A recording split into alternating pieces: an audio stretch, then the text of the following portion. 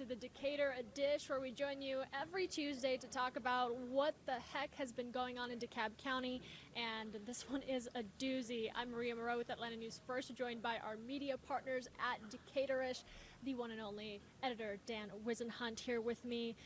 Dan, for those that are hearing about this story or will be hearing about this story for the first time on this show, let's take folks straight out to Stone Mountain, because there has been some drama in the city of Stone Mountain. An official investigation is now underway after allegations that their mayor mishandled city bank accounts. Now, this is the latest chapter in a battle between Stone Mountain's Beverly Jones and the city's council.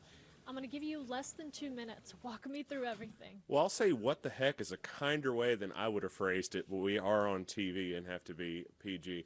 This is a crazy story. I'll try to keep it brief. A week ago, the city went to do a wire transfer, learned they could not because the mayor had become the sole signatory on the account. We're still a little unclear about how that happened. Mayor Jones said last night, for the first time, that a cybersecurity person from Truist contacted her, not sure if it was phone or email, and said there was a problem with the accounts because there were people on the accounts who shouldn't be there. And she said she talked to the city attorney, who they fired last night, by the way, and the attorney is implied to have told her that it was fine. And I say implied a lot because there's just so much about this that isn't really clear, Maria. But it was implied that she talked to the attorney. It was implied the attorney told her it was fine. It was implied the attorney was going to tell the other council members. We don't know if that's what happened. The attorney is not talking, probably because he's glad to be out of Stone Mountain at this point. So they fired him, hired a new attorney. They opened an official investigation into her taking over the accounts last night.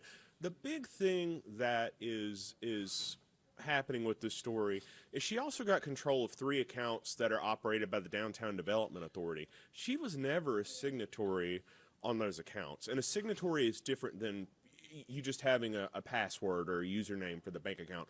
A signatory is somebody who can go into the bank and appoint other signatories. They can take money out of the account, open another account. She has the ultimate authority over the city accounts right now. They bank with Truist. They've gone back and forth with Truist over restoring account access. The city thinks that what they did last night is going to enable them to regain control of the accounts. And it's not going to shock you to hear that the city is exploring moving to a different bank because they have some concerns about how this was allowed to happen. I got to say, Maria, there's a lot of people saying a lot of things that aren't backed up by the receipts. I'm saying a lot of things that are backed up by the receipts. And if you go on Decaturish.com and look at my articles, you don't have to take my word for it. If you think I'm just some random guy in Decatur, don't take my word for it. I've linked all the letters, all the correspondence in my article. There are letters from Truist. There are letters from the city attorneys. There are letters from the bank. There's a resolution from the bank. Go read all that stuff. Make up your own mind. Don't take my word for it. I'm just telling you the facts as I know them right now. I will say I want to check into these claims about a cybersecurity person contacting her, because my bank is pretty clear that nobody is going to contact me and claim to be from the bank related to a security matter. So I'm very interested to hear more about that side of the story, but that in a nutshell is what happened, and we didn't cover it all.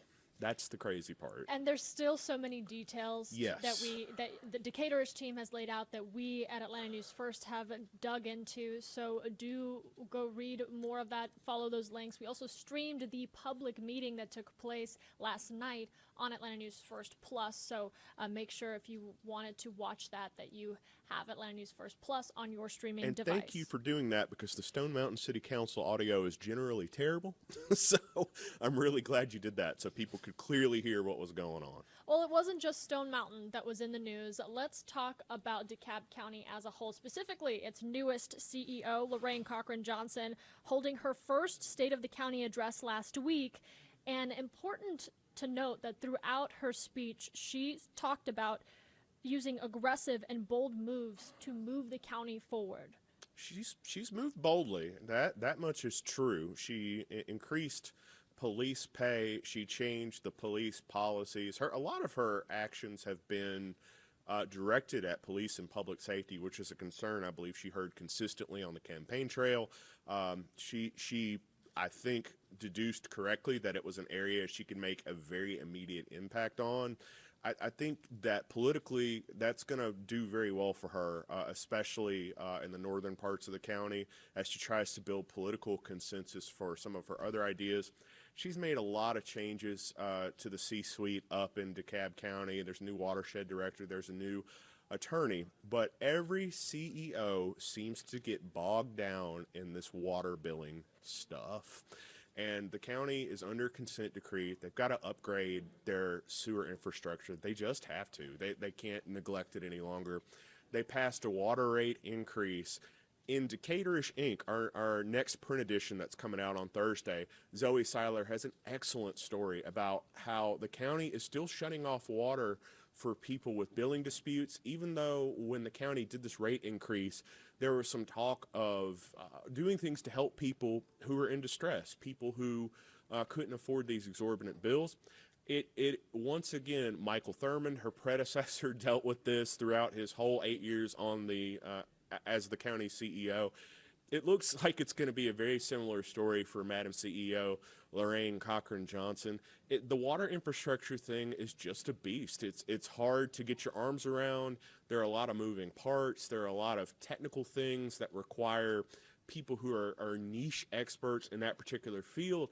In DeKalb County, their infrastructure is so old, they need people familiar with older infrastructure to do it. So that's the state of DeKalb County. She is acting and moving boldly, but she's running into this wall with the county's water infrastructure, Maria. It'll be interesting to see how this year unfolds and revisit those remarks as we come around to her second State of the County next year. Exactly. All right, I want to talk about Tucker. This has been the hot conversation of Tucker for quite some time. Years. The city served a drop shot on plans to build controversial pickleball courts in Tucker, and a lot of people were hopeful for this. Some people were annoyed.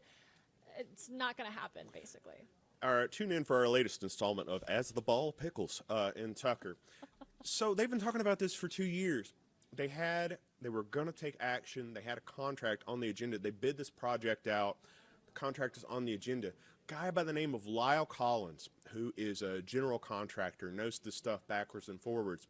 He looked at the city's documents and he raised questions about whether this contractor had the proper licenses. We emailed the city about it that morning. He had emailed the city as well. By that afternoon, they had pulled it off the agenda. So we've been talking about this for 2 years, Maria, and they pulled it off the agenda at the last minute.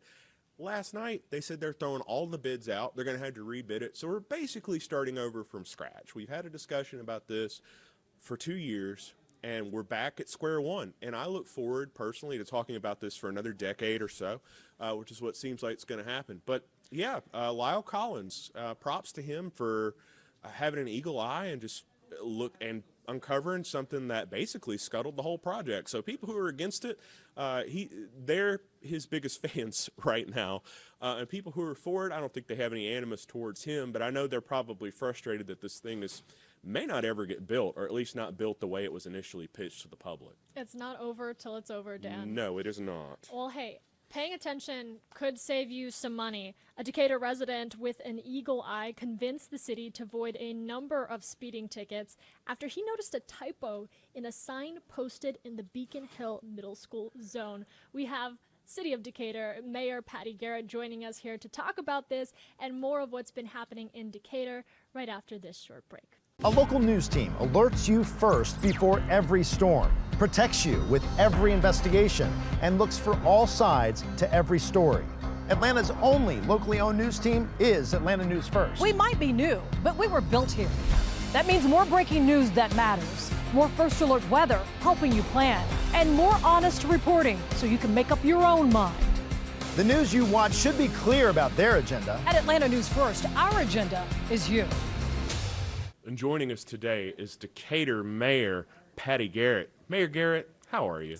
I'm doing great today, thanks. Thank you for joining us. Always a pleasure to have you on the show.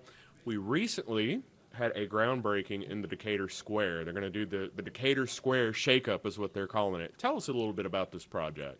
Absolutely. Well, it's going to take about a year. We want to get the square renovation completed before the World Cup comes to town, and it was a part of a long process, part of our downtown master plan. We really wanted to get community input about reimagining the downtown square, what people would like to see.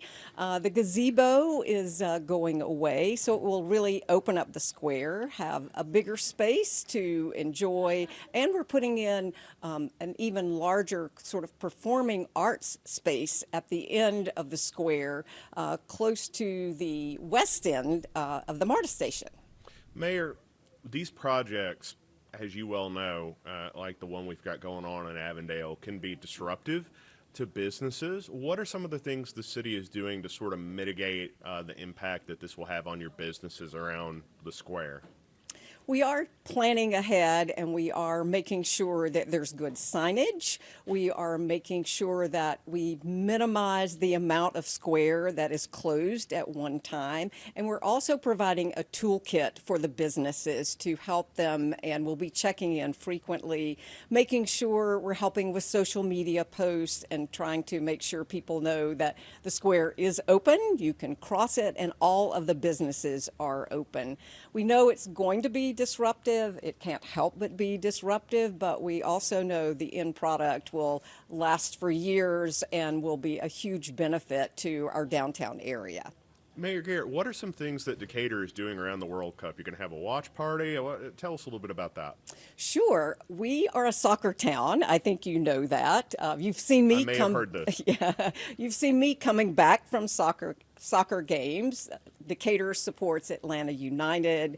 We have our own women's soccer team in its second year, and we support a lot of youth leagues as well. And so we decided to really capitalize on the interest of soccer in Decatur.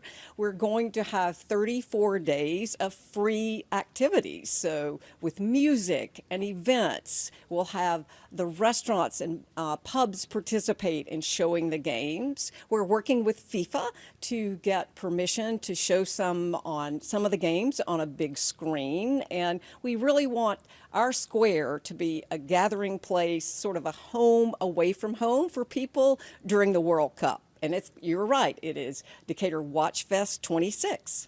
So Decatur FC, Decatur is the exclusive media partner of Decatur FC. Got another exciting season coming up. You going to go to some of the games? I have them on my calendar, and the opening game is May the 23rd. I will be there. It's such an asset to have that women's team compete in Decatur. It has generated so much enthusiasm and interest. As you know, it broke attendance records last year for the league, and I've spoken to some of the players, and they are thrilled to be playing in Decatur in front of a lot of fans and a lot of enthusiasm. Mayor, switching gears a little bit, you've seen the emails going back and forth between me and the police chief about Brian Grow. He got a speeding ticket from one of the cameras around Beacon Hill Middle School. He did a little detective work, saw that the signs were incorrect relative to the actual enforcement times. What has the city's response to this been? The city's gone out and changed the signs. They voided some tickets. What else are you doing about this? So I got an email, I think the same time that Decatorish got an email. I immediately notified City Hall and the police chief. And as you know, the police chief went out to check the signs, found that they were in error. They had been up in error for less than a week. I think it was like 6 days. The signs were covered and then removed, and they are being replaced. And they went to our vendor, Blue Line Solutions, and had all of the tickets that were issued in error during those 6 days voided. So, and I think one of the things that we've tried to do with our speed zone cameras in our school zones is to be responsive if people think they have gotten a ticket in error, to reach out to our police department. Every ticket goes through one of our officers in the police department before it's ever sent out to one of the people that might have been speeding. And the yellow flashing lights were accurate and they were on. And so the signage, it does take a few weeks to get the tickets out in the mail. By the time it goes to Blue Line Solutions, they're checked there, they're checked by our police department. And so I believe that the time that Mr. Grow did receive his ticket was before the signs went up, but he received the ticket in the mail after the signs went up. So, but I appreciated him letting us know that so that we could take care of it sooner rather than later.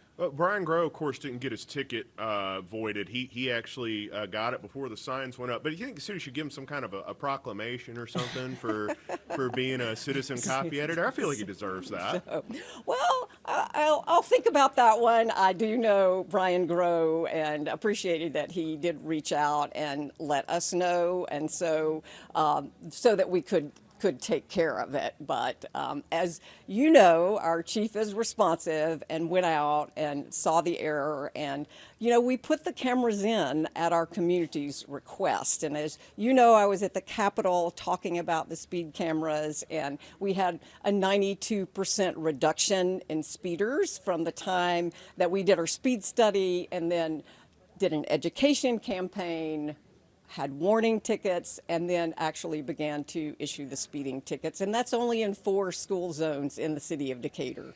So we're going to celebrate Brian Grow Day in the city of Decatur. You heard it here first. Just kidding. Yeah. Real quick, what's going on at Legacy Park? So we have a lot happening at Legacy Park. Tonight is Truckin' Tuesdays that we have from 5 to 8 every Tuesday in May.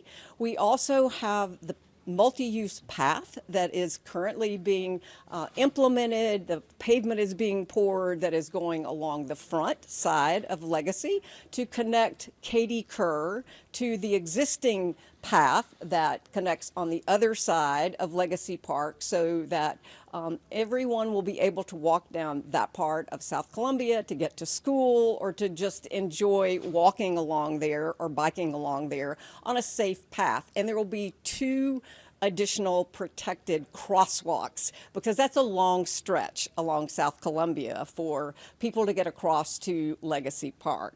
As you know, we also had our track and field open. We're putting the finishing touches on the gym that is there to make it ADA accessible, complete the renovation of some changing rooms. And so that whole complex area is looking great. And our first units of affordable housing, the 66 units, that's the partnership with the Decatur Housing Authority, will be happening soon.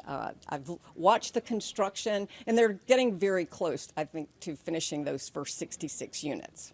So much happening at Legacy Park. Great that you're investing in affordable housing. Decatur has been on the record in support. Mayor Garrett, thank you so much for joining us. We hope you join us again sometime. I enjoyed it. Thanks a lot, Dan. Thank you for coming on. This is the Decatur Dish Show. We stream right here on Atlanta News First Plus every Tuesday at 12:30 p.m. Check us out on the Atlanta News First Plus app. You can download that. It's free. It's a great way to support our partners at Atlanta News First. Also, to get the latest news from Decaturish, visit Decaturish.com. With that, we hope everyone has a great week. We will see you next Tuesday right here on Atlanta News First Plus.